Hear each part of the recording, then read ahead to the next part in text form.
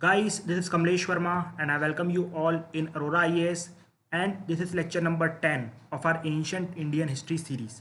और आज इसमें हम बुद्धिज़्म को स्टार्ट करेंगे। ठीक है, regarding Buddhism and Jainism we have discuss two lecture. ठीक है, पहले लेक्चर में बुद्धिज़्म एंड जैनिज़्म के हमने ये जाना कि भैया किस तरीके से जैनिज़्म एंड बुद्धिज़्म का राइज होता है। हमने वहाँ पर पूरी पॉलिटिक्स समझी, ठीक है, पूरी रिलीजियस फिलोसफी समझी and we came to the conclusion कि भैया ये रीज़न थे कि हाँ भैया जैनिज़्म एंड बुद्धिज़्म का जो राइज था वो आप कह सकते हैं फिक्स था, होना ही था। ठीक है, या ये नहीं होता, अभी नहीं होता तो बाद में होता। ठीक है, पहली चीज़ ये थी।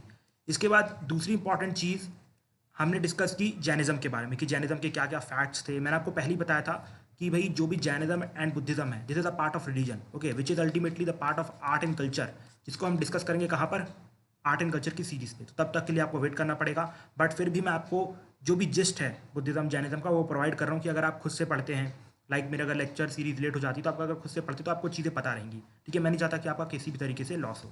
सो today we will start with Jainism, not Jainism actually, Buddhism. और इसमें भी मैं आई डोंट दैट मीन्स मैं कुछ डिटेल में नहीं जाऊँगा, बट फिर भी I will try to explain as much as possible. ठीक है, जिससे कि आपको चीज़ें क्लियर हो जाए और अगर मेरी सीरीज लेट होती है so you can that means understand through the book also.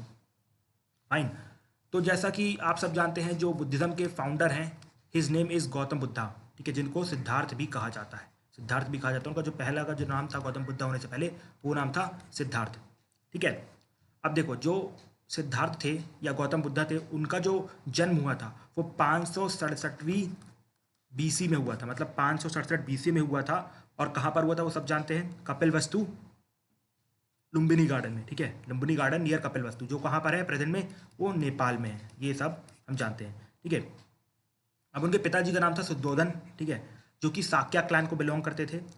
और उनकी जो मदर थी उनका नाम था माया देवी। ठीक है, उनका जो नाम था माया देवी। लेकिन आप सब जानते हैं उनकी जो मदर जब उनको बर्थ देती है उसी के दौरान उनकी मृत्यु हो जाती है। उसके कुछ समय बाद उनकी मृत्यु हो जाती है। तो उनकी जो आंट रहती है, ठीक है, जो उनकी जो आंट रहती है प्रजापति गौतमी, वो उनको बड़ा करती है, मतलब वो उनका पालन पोषण करती है। ठीक है, गौतमी जो है उनका पालन पोषण करती है। यही रीज़न था इन्हें गौतम बुद्धा कहा गया। यहीं से एक्चुअली जो उनका वर्ड था गौतम बुद्धा उसे लिया गया था। ठीक है, अब देखो इसके बाद वो 16 साल की उम्र में शादी कर लेते हैं, जिनका नाम था यशोधरा। ठीक है, यशोधरा से शादी कर लेते हैं और यशोधरा से शादी करने के बाद उनके जो बच्चा होता है, ठीक है, जो सन होता है, जो बॉय चाइल्ड होता है, उसका नाम था राहुल। उसका नाम था राहुल। ठीक है, अब आपने गौतम बुद्ध के बारे में एक स्टोरी और सुनी होगी। जब गौतम बुद्ध का बर्थ हुआ था उनकी माँ तो चली गई थी, वो तो काफ़ी दुखद बात थी। बट उसी टाइम पे एक मॉन्क को बुलाया गया था। ठीक है, एक मॉन्क को बुलाया गया था और मॉन्क ने भविष्यवाणी की थी, या तो आपका बेटा बहुत ही बड़ा ऋषि बनेगा जो कि जन्मों जन्मों तक, कालों तक जाना जाएगा, या फिर आपका बेटा इतना बड़ा राजा बनेगा वो भी कालों तक जाना जाएगा। ठीक है, जिस तरह की हमारे लॉर्ड राम है। ठीक है, उस प्रकार की भविष्यवाणी की थी। अब ये जो उनके पिताजी थे सुद्धोधन, उन्हें काफ़ी डर रहता था कि भाई मेरा बेटा राजा बनेगा, that is a good thing, मैं यही चाहता हूँ कि मेरा बेटा अच्छा पावरफुल राजा बने। लेकिन अगर वो मॉन्क बन गया तो क्या, मतलब वो भी अगर साधु बन गया तो क्या। ठीक है, तो अब जब ये उनके पिताजी सुनते हैं तो मतलब सिंपल सी बात है कि वो काफ़ी दुख में आ जाते हैं। कोई नहीं चाहता कि उनका बेटा साधु बने और उनको बीच रास्ते में छोड़ के जाए। तो अल्टीमेटली क्या करते हैं, वो उनके लिए बहुत बड़ा महल बनवाते हैं। ठीक है, बहुत बड़ा महल बनवाते हैं और उसकी दीवारें बहुत बड़ी बड़ी बनवाई जाती हैं। और एक तरीके से आप कह सकते हैं जो कनेक्शन रहता है, ठीक है, जो कनेक्शन रहता है गौतम बुद्धा का और आउटसाइड वर्ल्ड का, उसको एक तरीके से कैंसिल कर दिया जाता है। ठीक है, और हमेशा ऐसा ट्राई किया जाता है कि गौतम बुद्ध किसी भी इंसान से ना मिले जिनसे कि उनकी जो लाइफ है उसमें, मतलब आप कह सकते हैं मॉन्क बनने का प्रावधान हो जाए। ठीक है, बट फिर भी उन्हें अलाउड था कि भैया साल में 6 महीने में एक बार वो शहर के दर्शन कर सकते हैं। और जो उनका जो घोड़े वाला था वो ले जाया करता था, मतलब जो बग्गी वाला था वो ले जाया करता था। अब जब वो जाते हैं एक बार अपने ये टूर वूर में, तो वहाँ पर वो सबसे पहले एक बुजुर्ग आदमी को देखने हैं। ठीक है, बुजुर्ग आदमी देखते हैं और जैसे ही वो बुजुर्ग आदमी को देखते हैं तो काफ़ी चिंतित हो जाते हैं। अब जो उनका बग्गी वाला था उनका नाम, ये सब जो भी फिलॉसफी है वो सब हम डिस्कस करेंगे आर्ट एंड कल्चर में, तो अभी यहाँ पर ये डिस्कस नहीं करेंगे। ठीक है, शॉर्ट में बता रहा हूँ। तो वो जो बग्गी वाले से पूछते हैं कि भाई ये बताओ कि ये इस तरीके का क्यों है, मतलब ये ओल्ड क्यों हो गया है। तो अल्टीमेटली बताते हैं कि एज के साथ सब लोग ऐसे हो जाते हैं। तो गौतम बुद्ध पूछते हैं कि क्या मैं भी ऐसा हो जाऊँगा, तो उन्होंने बोला हाँ आप भी ऐसे हो जाओगे। थोड़े से और चिंतित हो जाते हैं। इसके बाद वो थोड़ा और आगे जाते हैं और एक डिसीज़ मैन को देखते हैं। डिसीज़ मैन मतलब कि जो कि कुछ पीड़ा में है और उसे लगातार प्रॉब्लम हो रही है और वो तड़प रहा है। तो गौतम बुद्ध देख के उसे और चिंतित होते हैं और फिर से अपने बग्गी वाले से पूछते हैं कि भैया क्या मेरे साथ भी ऐसा होगा। तो बोलते हैं हाँ, जब लोग मरते हैं तो काफ़ी लोगों को ऐसी प्रॉब्लम हो जाती है, तो अल्टीमेटली ये सब हो जाता है। तो गौतम बुद्ध और भी चिंतित हो जाते हैं। अब वो पूरे तरीके से मतलब आउट ऑफ द वर्ल्ड पहुँच चुके थे, ठीक है। लेकिन जैसे ही वो थोड़ा थोड़ा और आगे जाते हैं तो उन्हें एक साधु मिलता है, ठीक है, इन येलो रॉब, ठीक है, येलो रॉब मतलब पीले वस्त्रों में मिलता है। वो बड़ा खुश था, वो गाते हुए जा रहा था जय राम श्री राम, जय राम श्री राम गाते हुए जा रहा था, मतलब राम राम नहीं, मतलब बता रहा हूँ कि मतलब अपनी धुन में था। लेकिन वो बड़ा खुश था, ठीक है, वो बड़ा खुश था, ओल्ड भी था और खुश भी था। अब उससे जो हमारे बग्गी वाले से गौतम बुद्ध पूछते हैं कि ये क्यों खुश है। तो उसने बोला कि भैया वो साधु है, वो अपनी लाइफ से संन्यास ले चुका है, तो वो लोग यूजुअली खुश रहते हैं, मतलब इस टाइप का कुछ आंसर दिया। ये सब हम आर्ट एंड कल्चर में पूरा अच्छे से डिस्कस करेंगे, ठीक है, अभी सिर्फ शॉर्ट में बता रहा हूँ। तो अल्टीमेटली गौतम बुद्ध को ये रियलाइज़ हो जाता है कि भैया अगर मेरे को भी खुश रहना है, अगर मेरे को भी अल्टीमेट ट्रूथ जाना है, तो यहाँ पर चीज़ ये है कि मुझे भी एस्थेटिक बनना पड़ेगा, मतलब मुझे भी मॉन्क बनना पड़ेगा। तो जो उस ऋषि ने कहा था उनके पिताजी को, सुद्धोधन को, तो वो अल्टीमेटली प्रूव होना चालू हो चुका था, ठीक है। अब इसके बाद वो घर जाते हैं, तो ये सब बातें उनके पिताजी को पता चलती है, तो उनके पिताजी उनके लिए और प्लेजर लाते हैं, और डिज़ायर लाते हैं, और चीज़ें लाते हैं। लेकिन गौतम बुद्ध का दिमाग ना मतलब इन तीन चीज़ों से हट ही नहीं रहा था। तो अल्टीमेटली वो डिसाइड कर लेते कि भाई मैं तो अब यहाँ पर नहीं रहने वाला हूँ, मतलब I will go for the citizen, मतलब आई विल बिकम अ परिव्रजक, ठीक है, परिव्रजक मतलब I will become a wanderer and I will come to know about the truth, ठीक है। अब इसके बाद वो 29 साल की उम्र में अपने बच्चों को, मतलब अपने बच्चे को, बीवी को और अपने पिताजी को छोड़ के चले जाते हैं, ठीक है। अब इसके बाद वो बहुत सारे ऋषियों के पास जाते हैं। सबसे पहले मतलब ऐसी जो येलो रॉब वाले थे, और मेनली जो उपनिषद टीचर थे, ठीक है, उपनिषद टीचर थे, उनके पास जाते हैं, जहाँ पर उन्हें ये थोड़ा बहुत वेदास का जो भी डिस्क्रिमिनेशन था वो सब पता चल जाता है। उनकी जो हेट्रेड थी वेदास की तरफ थोड़ी बहुत बढ़ती है, मतलब वेदास उन्हें पसंद नहीं आती, बिकॉज यहाँ पर बहुत सारी चीज़ खराब की गई थी। तो अब ये सब वो देखते हैं, बट 7 साल तक वो उनके साथ रहते हैं और जितना उन्हें सिखाना रहता है सब सिखा दिया जाता है। लेकिन उनके जो टीचर रहते हैं, अब वो बोलते हैं कि आप हमारे साथ नहीं रह सकते हैं, अब आपको यहाँ से छोड़ के जाना पड़ेगा, बिकॉज आप हमसे ज़्यादा जान चुके हैं और एक दिन आप हमारी पावर पे कैप्चर कर लोगे। तो अल्टीमेटली जो हमारे सिद्धार्थ हैं उनको जाना पड़ता है। अब उसके बाद उसमें और भी टीचर उनको मिलते हैं जो उन्हें बताते हैं कि अगर आपको सत्य का रास्ता जानना है तो आपको मतलब भूख हड़ताल करनी पड़ेगी, मतलब कि भूखा रहना पड़ेगा, सिर्फ हवा के उस पर जीना पड़ेगा। तो ऐसी बहुत सारी चीज़ें बताई जाती हैं। तो अल्टीमेटली कुछ भी चीज़ें ना गौतम बुद्ध को सेटिस्फाई नहीं करती हैं, बट वो हमेशा किसी ना किसी से कुछ सीखते आ रहे थे। अब अल्टीमेटली काफ़ी उम्र होने लगती है उनकी, और वो आके जो बौद्ध गया है, बाद में उसका नाम बौद्ध गया पड़ेगा, वहाँ पर बौद्धि ट्री के नीचे आके बैठ जाते हैं, ठीक है, बौद्धि ट्री के नीचे आके बैठ जाते हैं। अब वो कुछ सालों के लिए बिल्कुल आप कह सकते हैं निर्वाणा में चले जाते हैं, मतलब शांति से आंख बंद कर लेते हैं, सोचते हैं अच्छा ये हुआ, ये हुआ, ये हुआ, ये हुआ, और अल्टीमेटली जब उनकी आंख खुलती है तो उन्हें निर्वाणा प्राप्त हो चुकी रहती है, और वो उनकी एज रहती है 35 की। और और जब ये इनके पास नॉलेज आती है, so he came to be known as the enlightened one, the nirvana one, और you can say the Buddha, ठीक है, बुद्धा इनको कहा जाने लगता है। अब इन्होंने क्या टीचिंग हासिल की, ठीक है, क्या टीचिंग हासिल की वो थोड़ी देर बाद जानेंगे। लेकिन जैसे ही उन्हें ये सब टीचिंग वीचिंग मिल जाती है, उन्हें सच का सब पता चल जाता है, तो अब वो चाहते हैं कि ये सिर्फ मुझ तक लिमिटेड ना रहे, ये लोगों तक भी पहुँचे, जिससे कि लोगों के सामने सच का रास्ता आ सके, और वो लोग भी अपने जो जो भी पेन है, दुख है, दर्द है, उन सबसे बाहर आ सके, ठीक है, दुख दर्द से बाहर आ सके, और अल्टीमेटली वो लोग भी एक सच्चाई की राह पे चल सके, ठीक है। ये सब जो उनका फंडा था, तो उसके लिए वो अपना पहला सरमन देते हैं। सरमन मतलब कि भैया पहली अपनी टीचिंग, मतलब पहली क्लास लेते हैं, ठीक है, पहली क्लास अपनी लेते हैं। तो वो कहाँ पर लेते हैं? सारनाथ में। सारनाथ कहाँ है? बनारस के पास। सारनाथ कहाँ है? बनारस के पास, ठीक है। अब इसके बाद लगातार वो अपने 40 से 45 साल इधर उधर घूमते घूमते, कंप्लीट जो 16 महाजनपद से उनके इधर उधर घूमते घूमते बहुत सिखाते हैं लोगों को, ठीक है। और अल्टीमेटली 80 साल की उम्र में वो जाके कुशीनगर में अपनी मतलब मौत को गले लगाते हैं, मतलब जो भी मतलब कंप्लीट उनको निर्वाणा प्राप्त होती है।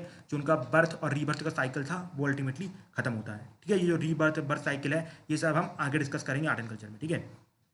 अब इस बीच में उनको काफ़ी लोगों ने हेल्प की होगी, जो उनके काफ़ी अच्छे डिसाइपल बने होंगे। तो उसमें से कुछ फेमस थे, आनंद, उपाली, कुछ कसापा, ये सब काफ़ी फेमस उनके स्टूडेंट रहे थे।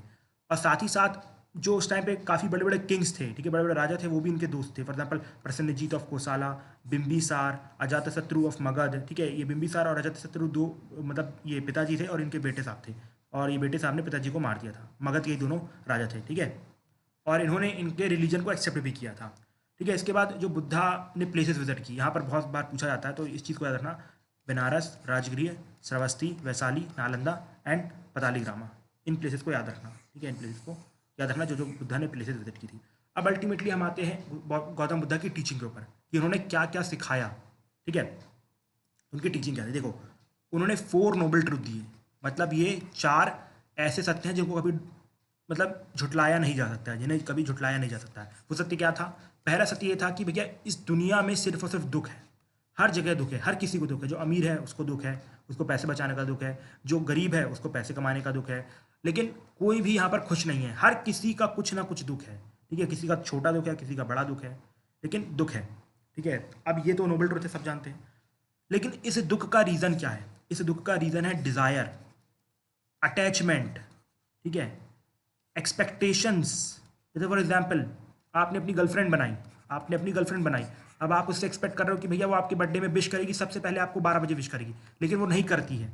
आप गुस्सा हो जाते हैं, आप दुखी हो जाते हैं, ठीक है, आप दुखी हो जाते हैं। तो यही प्रूव आया, मतलब आपने उससे अटैचमेंट रखी, आपने उससे एक्सपेक्टेशन रखी। मतलब सिंपल सी बात है, अगर आप किसी से एक्सपेक्टेशन नहीं रखोगे, आप अपनी कुछ भी ख्वाहिशें नहीं रखोगे, अगर आप किसी से भी अटैच नहीं होगे, तो आपको कभी भी दुख नहीं होगा, ठीक है, आपको कभी भी दुख नहीं होगा। सो अल्टीमेटली आपको अगर दुख हटाने हैं तो उसका रास्ता क्या है कि आप अपनी सफरिंग हटा दो, ठीक है, अपना जो भी डिज़ायर्स हैं उनको हटा दो, अटैचमेंट हटा दो, एक्सपेक्टेशंस हटा दो। अब इसको हटाने का एक रास्ता होना चाहिए, तो उस रास्ते को उन्होंने नाम दिया एट फोल्ड पाथ, ठीक है, अष्टांगिक मार्ग या फिर एट फोल्ड पाथ, जिसमें चीज़ें हैं कि भैया आपका जो देखने का नज़रिया है वो बिल्कुल सही होना चाहिए। You should have right resolve, you should have right speech, you should have right conduct, you should have right livelihood, right effort, right mindfulness and right concentration, ठीक है। ये सब हम आर्ट एंड कल्चर में अच्छे से डिस्कस करेंगे, ठीक है। साथ ही साथ लोगों को कुछ मिथ्स होते हैं, ठीक है, जो प्रीलिम्स में बार बार यूपीएससी क्वेश्चन पूछता भी है उसके ऊपर। So first let me clear those myths. तो आपको उनकी टीचिंग समझ में आ गई कि भैया हर जगह दुख है, और दुख का रीज़न क्या है? दुख का रीज़न है डिज़ायर, एक्सपेक्टेशंस और इसके बाद अटैचमेंट। और अगर आप इन सबको हटा देते हैं तो अल्टीमेटली आप दुख मुक्त हो जाएंगे। अब उस दुख मुक्त के लिए उन्होंने एट फोल्ड पाथ बताया है, जिसे हम कहते हैं अष्टांगिक मार्ग। उस आप पाथ पे चलो तो आपके पास ना तो कोई डिज़ायर रहेगा, ना ही कोई एक्सपेक्टेशन रहेगी, ना ही कोई आप कह सकते हैं what was the next thing, हाँ, अटैचमेंट रहेगी। और अल्टीमेटली आप दुख से मुक्त हो जाएंगे, और आप ये जो रीबर्थ और बर्थ की साइकिल है उससे भी मुक्त हो जाएगा। आप you will also become the nirvana, ठीक है। अब सबसे पहला क्वेश्चन आता है, क्या गौतम बुद्ध गॉड पे बिलीव करते थे? चलो पहले ये बताओ, महावीर साहब गॉड पे बिलीव करते थे? उन्होंने साफ सुथरे इस तरीके में बोल दिया कि भैया there is no God, God मानने की कोई ज़रूरत नहीं है। लेकिन जब गौतम बुद्धा से पूछा गया भैया कि आप भगवान पे भरोसा करते थे, उन्होंने कोई आंसर नहीं दिया। उनका ऐसा मानना था कि मैं क्यों इस डिबेट में जाऊँ, ठीक है, मैं क्यों इस डिबेट में जाऊँ, मेरा काम सिर्फ और सिर्फ लोगों का जो दुख है उसको हटाना है। तो अल्टीमेटली मैं लोगों का दुख को हटाऊंगा, मैं इन सब डिबेट में नहीं जाऊँगा। लेकिन ऐसा माना जाता है कि he reject the existence of god, ठीक है। इसके बाद क्या उन्होंने कर्मा थ्योरी पे बिलीव किया? हाँ, वो कर्मा थ्योरी पे बिलीव करते थे, ठीक है। उन्होंने बोला कि जैसे आप कर्म करोगे वैसे ही आपको अगले साल जन्म मिलेगा। फिर ये लगातार लगातार लगातार जब तक आप निर्वाणा प्राप्त नहीं करोगे, जब तक आप कंप्लीट ये बर्थ और रीबर्थ की साइकिल में घूमते रहोगे, ठीक है। अगर आपको बर्थ और रीबर्थ की साइकिल घूमना है तो आपको अष्टांगिक मार्ग फॉलो करना पड़ेगा और यहाँ से बाहर निकलना पड़ेगा। मैंने भी, उन्होंने कहा, मतलब गौतम बुद्धा, मतलब मैंने भी ये सब बर्थ रीबर्थ की साइकिल देखी है, इतने सारे जन्म देखे हैं, अल्टीमेटली मुझे इस जन्म में निर्वाणा प्राप्त हुई है, ठीक है।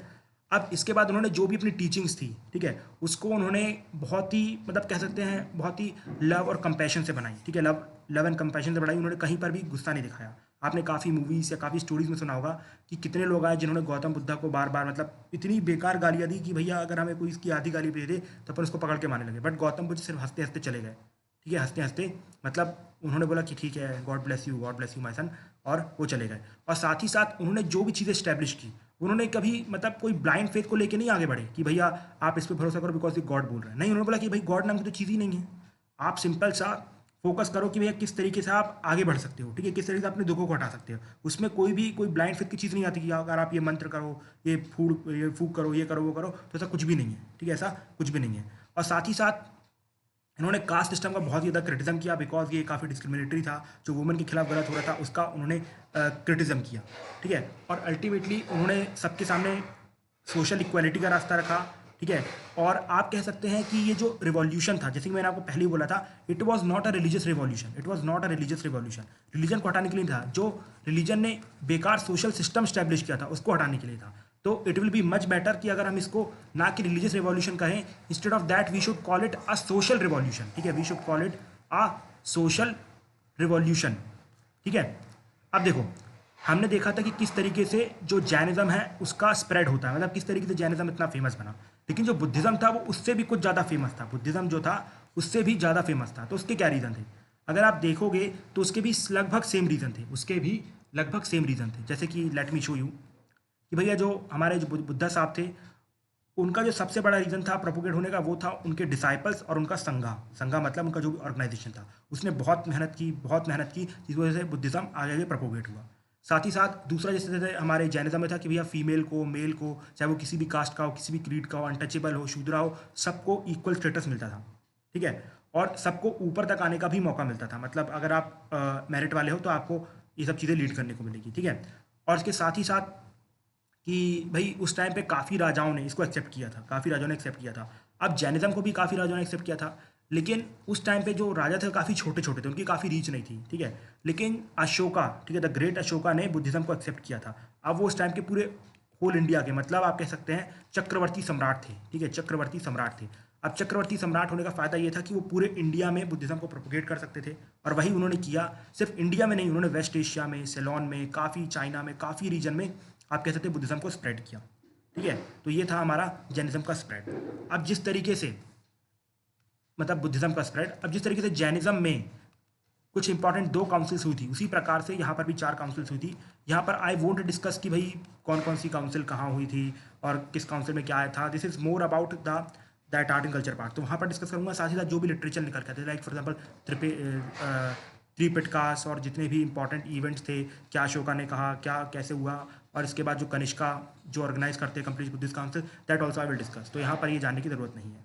अब बस एक चीज़ हमें यहाँ पर जानने की ज़रूरत है कि भैया किस तरीके से इनका डिक्लाइन होता है, किस तरीके से इनका डिक्लाइन होता है। फिर अगले लेक्चर में we will discuss the similarity and dissimilarity and contribution of Buddhism and Jainism towards the Indian culture. ठीक है, आज डिक्लाइन के साथ वी विल कंप्लीट इट। तो सबसे पहला रीज़न ये था कि भैया जो ब्राह्मणिज्म था उसका रिवाइवल चालू हो गया था, ठीक है? जैसा कि आपने देखा कि सबसे बड़ी प्रॉब्लम क्या थी ब्राह्मणिज्म में उस टाइम पे? प्रॉब्लम ये थी कि वो लोग सेक्रीफाइसेस करवाते थे, और सेक्रीफाइसेस करवाते थे मतलब जो भी उस टाइम पे लोगों का वेल्थ था वो चला जाया करता था, इतना सब नौटंकी करवाते थे। तो अल्टीमेटली आप देखो गुप्ताज एरा में या फिर उसी टाइम से मंदिरों का प्रचलन चालू हो गया था, और मंदिरों का प्रचलन आप कह सकते हैं सबसे पीक पे पहुंचा गुप्ताज की पीरियड में। तो अल्टीमेटली ये जो सेक्रीफाइसेस है उनको बंद कर दिया गया, और बुद्धिज्म मतलब जो जैन मतलब जो ब्राह्मणिज्म था वो सेक्रीफाइसेस से लाखों कोसों दूर चला गया। तो अल्टीमेटली लोगों ने दोबारा अपने रिलीजन पे आना चालू किया। इसके बाद सबसे पॉपुलर रीज़न था जो बुद्धिज़्म का फेमस होने का, वो था उनकी लैंग्वेज, ठीक है? वो लोग पाली का यूज़ किया करते थे। किसका यूज़ करते थे? पाली का यूज़ किया करते थे, और वो कॉमन लैंग्वेज मतलब कॉमन मैन की लैंग्वेज थी। फॉर एग्जांपल कि आप देखिए जो मोदी साहब इतने फेमस क्यों हैं, ठीक है? उनका फेमस होने का एक रीज़न ये भी है कि वो अपनी जो डोमेस्टिक लैंग्वेज है उसका काफ़ी यूज़ करते हैं, ठीक है? जो लोगों को समझ में भी आती है और लोगों को प्राइड भी फील करवाती है। लेकिन अगर वही यहाँ पर वो संस्कृत यूज़ करना चालू कर दे, इंग्लिश यूज़ करना चालू कर दे, तो उनकी जो पॉपुलैरिटी है, जो उनकी कमांड है लोगों के ऊपर, वो जाने लगेगी। तो सेम चीज़ यहाँ पर हुई। जो बुद्धिज़्म था बाद में प्राकृत यूज़ करने लगा, संस्कृत यूज़ करने लगा, तो अल्टीमेटली लोगों को समझ में आना बंद हो गया, तो लोगों ने फॉलो करना भी बंद कर दिया, ठीक है? और उसके बाद सबसे जो इंपॉर्टेंट इवेंट होता है फोर्थ बुद्धिस्ट काउंसिल में, वो होता है महायान, ठीक है? महायान का rise, and which was completely equal to Brahmanism. मतलब देयर इज़ अ गॉड, मतलब बुद्ध साहब ने गॉड का मना किया था, फिर भी आपने हमें गॉड बना दिया। इसके बाद गॉड बनाने के बाद हमारा री अवतार होगा। आपने पढ़ा होगा कि भैया गौतम बुद्ध का 10th अवतार जो होगा वो मैत्रेय होगा, ठीक है? तो अल्टीमेटली ये सब चीज़ें लोगों को पसंद भी नहीं है, लोगों को लगा ये तो सेम ब्राह्मणिज्म है। और अब ब्राह्मणिज्म की बात करो तो वो भी इंप्रूव हो चुका है, तो भैया क्यों आपके रिलीजन में, हम वापस अपने रिलीजन में चले जाते हैं। तो अल्टीमेटली इस तरीके से डिक्लाइन होना चालू हो जाता है। लेकिन जो सबसे बड़ा शॉक मिलता है, जो सबसे बड़ा शॉक मिलता है जैन बुद्धिज्म और जैनिज्म को, वो था मुस्लिम इन्वेजन, ठीक है? टर्किश और आप कह सकते हैं इस्लामिक जो इन्वेजन हुआ, उसके बाद एटलीस्ट आप कह सकते हैं कई कई जगह जो हिंदूज डायनेस्टी तो स्टैब्लिश थी, तो उनको सपोर्ट मिलता रहा। लेकिन जो ब्राह्म मतलब जो कंप्लीट बुद्धिज्म और जैनिज्म का सपोर्ट था वो पूरी तरीके से खत्म हो गया, बिकॉज जो टर्किश इन्वेडर थे वो तो भैया हिंदुज्म को सपोर्ट करेंगे नहीं, ठीक है? और थोड़े बहुत हिंदू राजा थे वो हिंदुज्म को सपोर्ट करते, वो थोड़ा बहुत प्रोपोगेट हो रहा था, लेकिन बुद्धिज्म को सपोर्ट करने वाला कौन रह जाता? तो अल्टीमेटली उसका एंड हो जाता है। उस तरीके से कंप्लीट जैनिज्म और बुद्धिज्म का डिक्लाइन होता है। अब हम कंट्रीब्यूशन और इसके बाद डिसिमिलैरिटी सिमिलैरिटी ये सब डिस्कस करेंगे अगले लेक्चर में, and we will try to wrap up this Jainism and Buddhism. So thank you and have a nice day friends.